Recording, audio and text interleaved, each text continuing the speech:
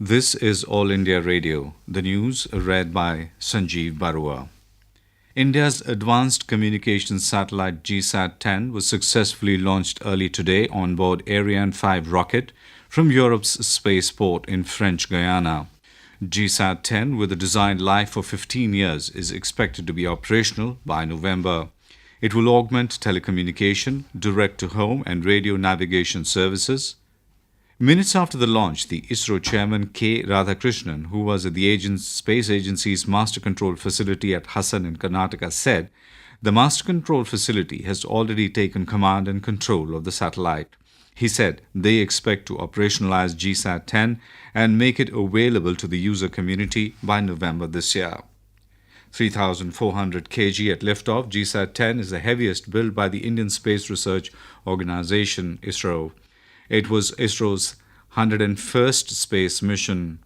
It also has a navigation payload, Gagan GPS, aided geo-augmented navigation that would provide improved accuracy of GPS signals to be used by Airports Authority of India for civil aviation requirements.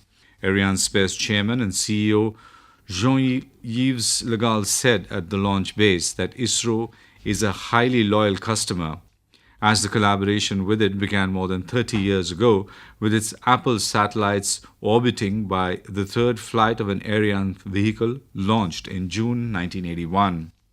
Karnataka Chief Minister Jagdish Shettar is holding a floor leaders meeting in Bangalore today to discuss the Supreme Court verdict to release 9,000 cusecs of Kaveri water every day to neighbouring Tamil Nadu. The floor leaders are also to discuss the impact of court order on the state. The leader of the opposition in Assembly, Siddaramaiah, has felt that the state has failed to represent its cause properly in the Supreme Court. Karnataka has already filed a plea before the Kaveri River Authority seeking review of its order in this regard. Meanwhile, in Mandya district, the agitating farmers and Kannada protagonist organizations took to the streets in protest against the apex court order. In Bangalore, Karnataka Rakshana Vedike and several other organizations are holding protests against the release of water today.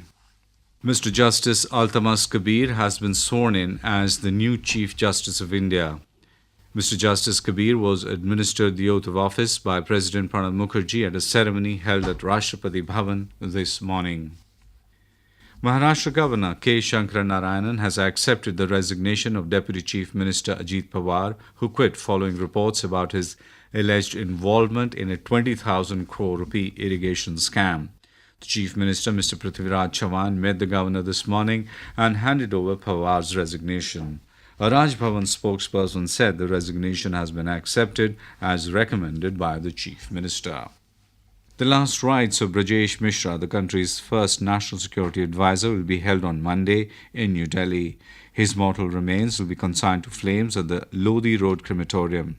Mishra, who would have turned 84 today, was declared brought dead at the Fortis Hospital in Vasant Kunj at around 9:50 p.m. last night. He was suffering from coronary artery problem for some time. A career diplomat, Mishra was Principal Secretary to Prime Minister Atal Bihari Vajpayee before he was appointed NSA. He had earlier retired as Secretary in the External Affairs Ministry after having served as India's permanent representative to the UN. Vice President Mohammad Hamid Ansari and Prime Minister Dr. Manmohan Singh have condoled the death of Brajesh Mishra. External Affairs Minister S.M. Krishna has said that India seeks peace and prosperity in South Asia and is determined to work with its neighbours to defeat the scourge of violent extremism which has taken root in the region. Addressing students and faculty at Ivy League Brown University in Rhode Island yesterday, Mr. Krishna outlined India's efforts in working with the Afghan people on their road to economic recovery and pursuing normalization of relations with Pakistan.